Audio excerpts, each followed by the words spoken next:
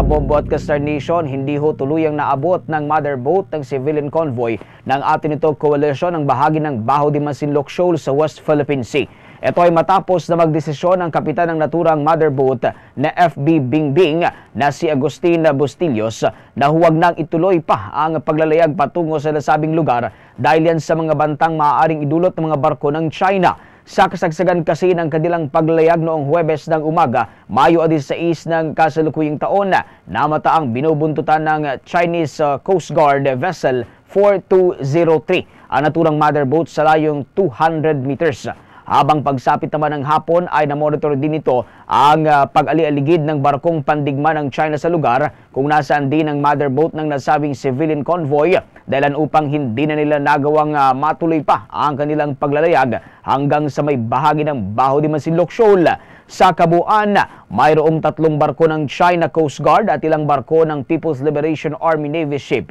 ang nagtangkang pigilan ang kinakasang civilian mission ng atin ito coalition kung saan una nang napaulat ang ginagawang shadowing ng China Coast Guard Vessel 4109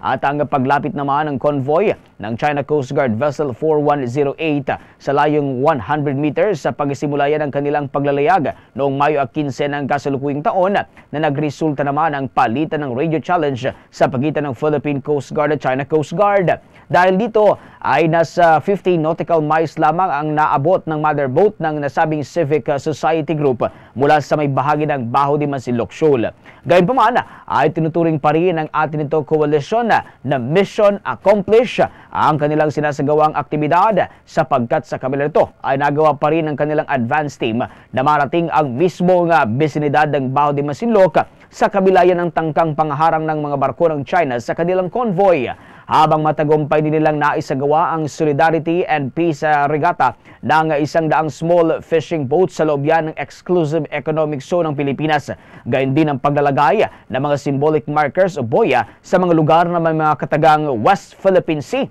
at dito. Maging ang pamahagi ng mga donasyong supply na kinabibilangan naman nag-aabot yan sa 1,000 litro ng langis at 200 food packs para yan sa ating mga kababayang Pilipinong mangingisda na pumabalaot sa Panatag Shoal. Samantala, batayan sa pinakahuling ulat ng atin ito coalition, nakabalik na kaninang madaling araw sa Subic Fish Port sa Zambales ang ilan sa mga bangkang kabilang sa civilian convoy. Habang ngayong araw din ay inaasahan na makakabalik na nang ligtas ang lahat ng mga ito mula sa naturang misyon.